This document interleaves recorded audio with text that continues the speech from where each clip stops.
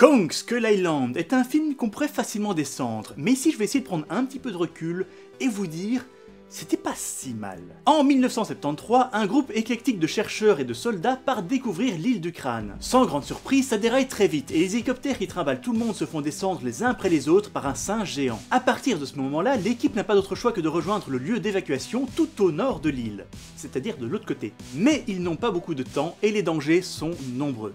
Avant tout, ça ne sert à rien de comparer ce film aux autres King Kong parce que l'intention n'est pas du tout la même. À part un démarrage un peu semblable et le personnage de Kong, il n'y a juste aucun rapport. L'un est un film dramatique avec un animal géant qui remet en question la société et l'autre est un gros film d'action avec des gros monstres qu'on nous balance sans aucune subtilité. Commençons par les problèmes du film, car il est impossible de les ignorer. Le pire, c'est l'écriture. Les personnages ne sont pas vraiment des personnages, ce sont juste des rôles. Le tracker, le colonel, le photographe, le vieux fou qui avait raison. À la limite, le soldat perdu de John C. Reilly est peut-être un petit peu plus original, mais avec ça, les dialogues sont mous et les motivations ne sont pas toujours crédibles.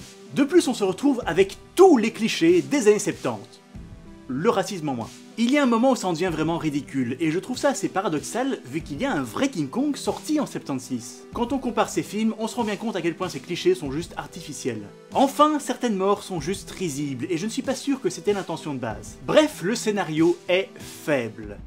Mais quand il s'y met, ce film est loin d'être moche. Bon, il n'y a pas un début de practical effect et ce sont des grosses images synthèses qu'on te balance bien dans la gueule. Donc ça manque peut-être un peu de saveur, mais le rendu des créatures est bon et l'effet de gigantisme est bien présent. Et comme il y a beaucoup de décors sur ordinateur, ils en profitent pour faire des mouvements aériens avec la caméra qui sont franchement sympas. De plus, on a cette aurore perpétuelle qui donne toute une couleur et une certaine ambiance au film. Aussi, Kong Skull Island a ses moments, il a ses moments épiques.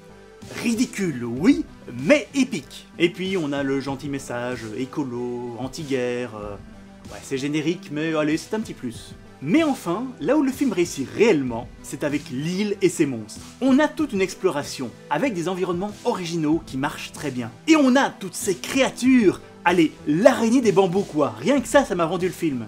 Bref, Kong Skull Island ne rentrera pas dans l'histoire, mais il reste relativement sympathique.